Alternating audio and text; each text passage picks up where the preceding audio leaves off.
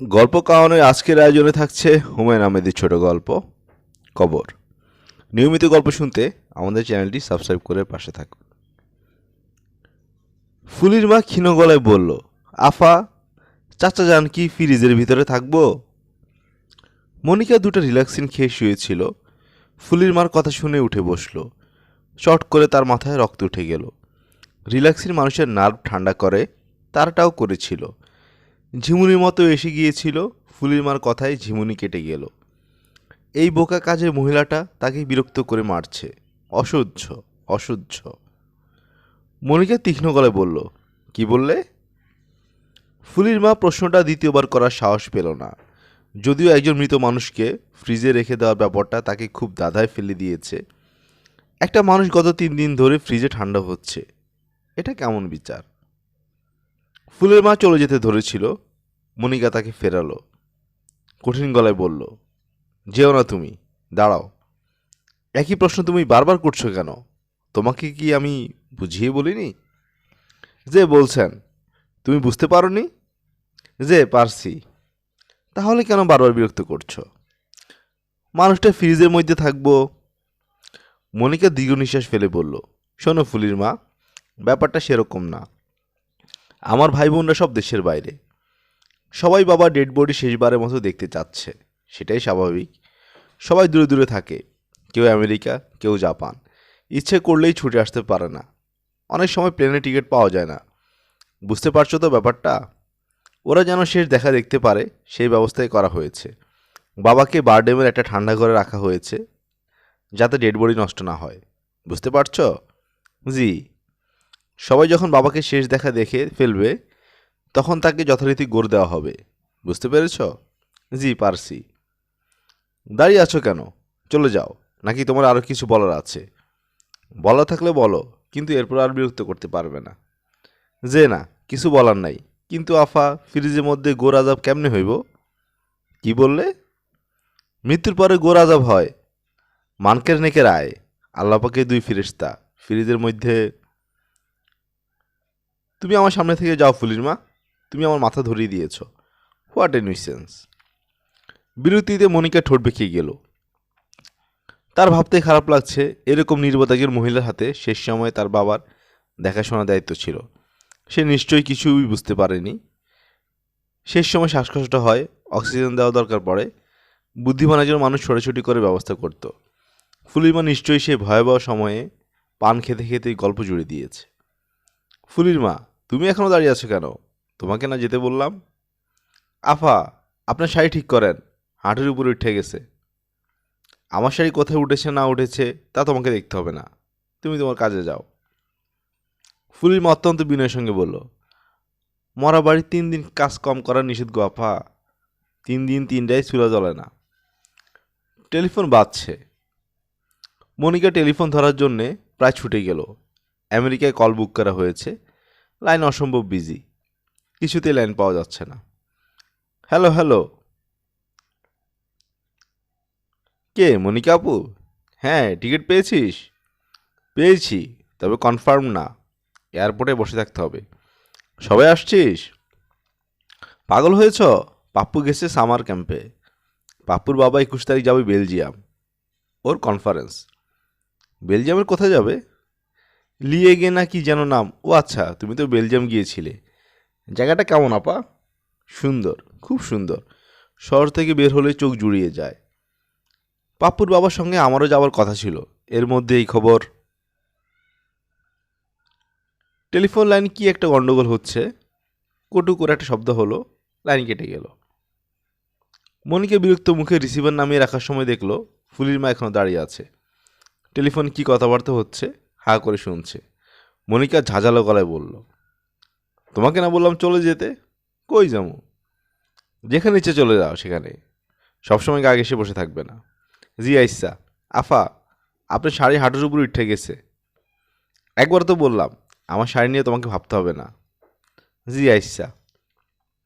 আমার জন্য চা বানিয়ে আনো। দুধ চিনি কিছুই দেবে না, আমি দিয়ে নেব। মরা বাড়ির চুলা জ্বালা নিষেধ আছে আফা। 3 দিন চুলা বন্ধ থাকবো। তুমি এক্ষুনি গিয়ে চুলা জ্বালাবে, চা করবে, আজে বাজে কথা বলবে না, মোটেও তর্ক করবে না।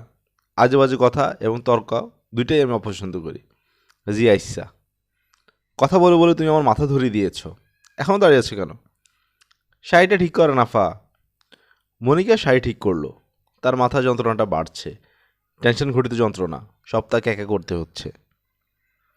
এমন কেউ নেই যাকে দায়িত্ব দিয়ে নিশ্চিন্ন হওয়া যায়।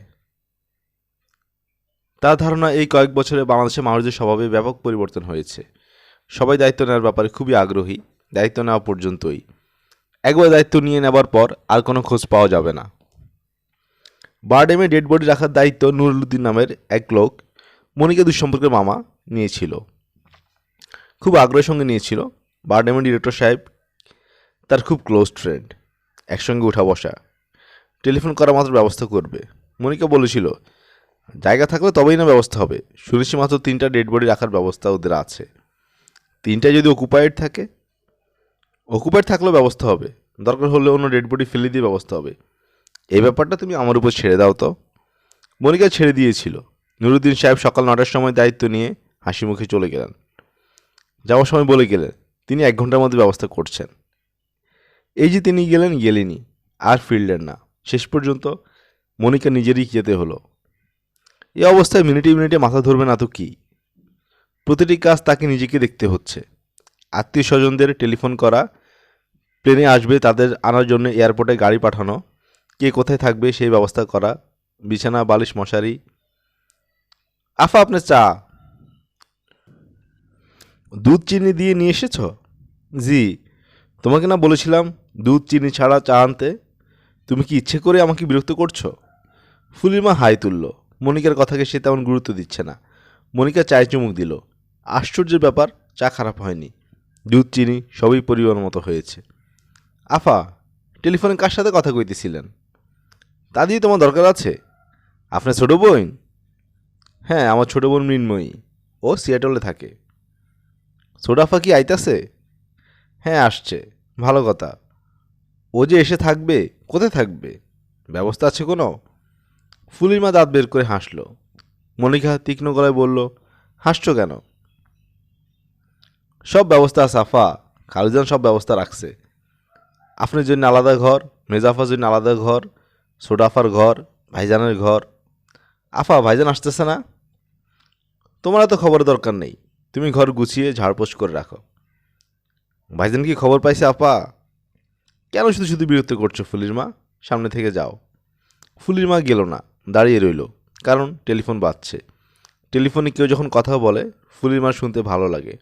টেলিফোন করেছে মৃন্ময়ী। তার গলার স্বরে স্পষ্ট বিরক্তি। আপা, বাংলাদেশি টেলিফোনের কী অবস্থা? এই যে লাইন কেটে গেল, তারপর থেকে সমানের চেষ্টা করে যাচ্ছি। একটা সামান্য টেলিফোনের জন্য যদি এত সময় নষ্ট হয়, তাহলে দেশ চলবে কিভাবে? দেশ চলছে না, এক পায়ের উপর দাঁড়িয়ে আছে। আমার তাই ধারণা। দেশে আয়, এলে দেখবি the country is going to the drain. Monica আপু, ভাইয়া কি খবর পেয়েছে? ও খবর পেয়েছে সবার আগে। ওর কাছ থেকে আমি জানলাম। ভাইয়া আসছে? হ্যাঁ, আসছে। আগামীকাল সকালে এসে পৌঁছাবে। ভাইয়া একা আসছে? তার স্ত্রীও আসবে। তাহলে তো খুব ভালো হয়। ভাইয়ার বিদেশি বউ এখনও দেখিনি। অবশ্যই টেলিফোনে অনেকবার কথা হয়েছে। কেমন যেন হাস্কি ভয়েস। ঠিকই বলেছিস, থমথমে গলা। এখন অবশ্যই মেয়েদের হাস্কি ভয়েসই সবার পছন্দ। আপা, ভাইয়ার পারিবারিক জটিলতার কথা কী সব শুনেছিলাম। তুমি কিছু জানো? জানি। বলো তো শুনি। মনিকা মাউথপিস হাতে দিয়ে চেপে কাটা গলায় বলল, ফুলির মা, তুমি শুধু শুধু দাঁড়িয়ে আছো কেন? যাও বললাম সামনে থেকে। কার সাথে কথা কন আফা? কার সঙ্গে কথা বলি তা জেনে তোমার কি হবে? এমনি জিগাইলাম। যাও বললাম, যাও।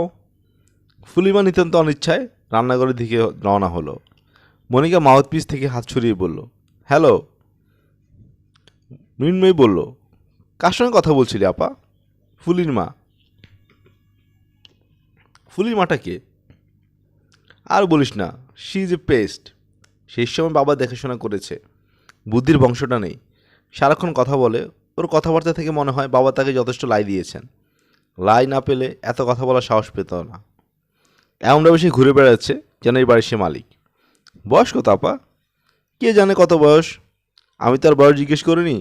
35-36 হবে, বেশি হতে পারে। বয়স জিজ্ঞাসা করছিস কেন? এমনি জিজ্ঞেস করলাম। আপা, ঢাকা এখন টেম্পারেচার কত? জানি না কত, তবে বেশ গরম। শেষ রাতের দিকে একটু অবশ্যই ঠান্ডা পড়ে, তবে ফ্যান ছেড়ে রাখতে হয়।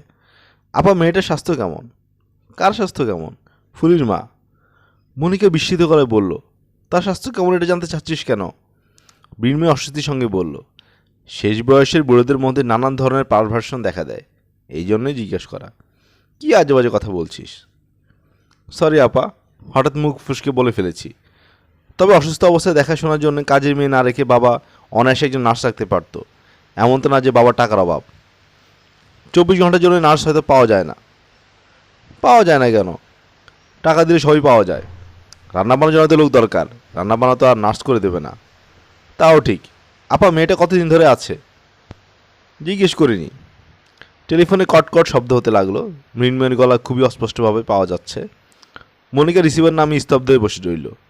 মৃন্ময়ের কথাগুলো সে মন থেকে কিছুতেই তাড়াতে পারছে না। ফুলির মা, ফুলির মা। ফুলির মা দরজার ওপাশ থেকে বলল, জি। সে যায়নি, দরজার পাশে দাঁড়িয়েছিল। মনিকা ভুরু কুঁচকে তাকিয়ে রইল। এই মহিলা স্বাস্থ্য ভালো। বয়স কত হবে? 40 নাকি তার চেয়েও কম। পুরুষ্টু ঠোঁট, বেটে, পান খেয়ে ঠোঁট লাল করে রেখেছে। পুরুষরা পুরুষ্টু ঠোঁট পছন্দ করে। ছি, এসব সে কী ভাবছে? ফুলির মা, জি। আচ্ছা ঠিক আছে, তুমি সামনে থেকে যাও। কি বলতে চাইছেন বলেন। না, কিছু বলবো না, তুমি সামনে থেকে যাও। ফুলির মা গেল না, সামনে দাঁড়িয়ে রইল। মনিকা তীক্ষ্ণ গলায় বলল, যাচ্ছ না কেন? ফুলির মা বলল, খালি যাও যাও করেন কেন আফা? আপনার আব্বার স্বভাব ছিল উল্টা। 1 মিনিটের জন্য সামনে না থাকলে অস্থির হয়ে পড়তো। রোগ শোকে মানুষের মাথা আউলিয়া যায়। ফুলির মা, তুমি সামনে থেকে যাও। অনিচ্ছায় ফুলির মা ঘর থেকে বের হলো। মনিকা সঙ্গে সঙ্গে ডাকলো, ফুলির মা শুনে যাও, তুমি বরং এক কাজ করো, তুমি দেশের বাড়িতে চলে যাও, তোমার মেয়ে ফুলির কাছে যাও। ফুলির কাছে যাবো কেমনে? সে তো বাচ্চা নাই। তাহলে অন্য কোথাও যাও, তোমাকে আমরা রাখবো না। আমি কি করলাম? তুমি কিছুই করনি, তারপরে রাখবো না, তুমি চলে যাও। শেষ সময় বাবা দেখাশোনা করেছো, তার জন্য অসংখ্য ধন্যবাদ। দোষঘাট কিছু কি করছি আফা? না, দোষ কিছু করনি, কিন্তু তোমাকে আমার পছন্দ হচ্ছে না।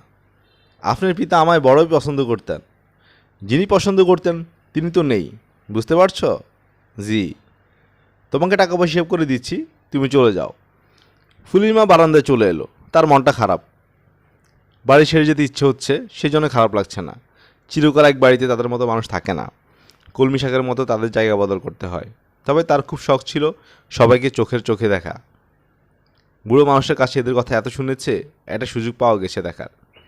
বুড়ো মানুষটা শেষকালে কথা বলার রোগে পেয়ে গিয়েছিল। সারাক্ষণ কথা বলতো। একটা গল্প শেষ করে আবার সেই গল্প শুরু করত। মনেই থাকতো না এই গল্প সে একটু আগেই করেছে। বুড়ো হবার কত যন্ত্রণা। সে ঘুমাতো বুড়ো মানুষটার ঘরে, মেঝেতেই বিছানা পেতে। ঘুম হতো না। মিনিটে মিনিটে ডাকলে কি ঘুম হয়? একেবারে শেষের দিকে লোকটার মনের মৃত্যু ভয় ঢুকে গেল। বিছানা একা ঘুমোতে পারে না।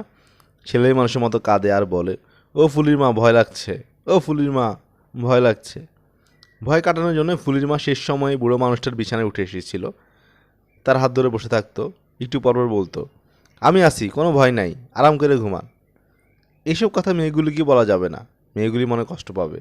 কি দরকার কষ্ট দিয়ে? ফুলির মা সন্ধ্যার দিকে বাড়ি ছেড়ে নিজের গ্রামের দিকে রওনা হলো। তার চেহারা শুকি শুকি, দুটো পার মুখে দেওয়ায় ঠোঁট লাল।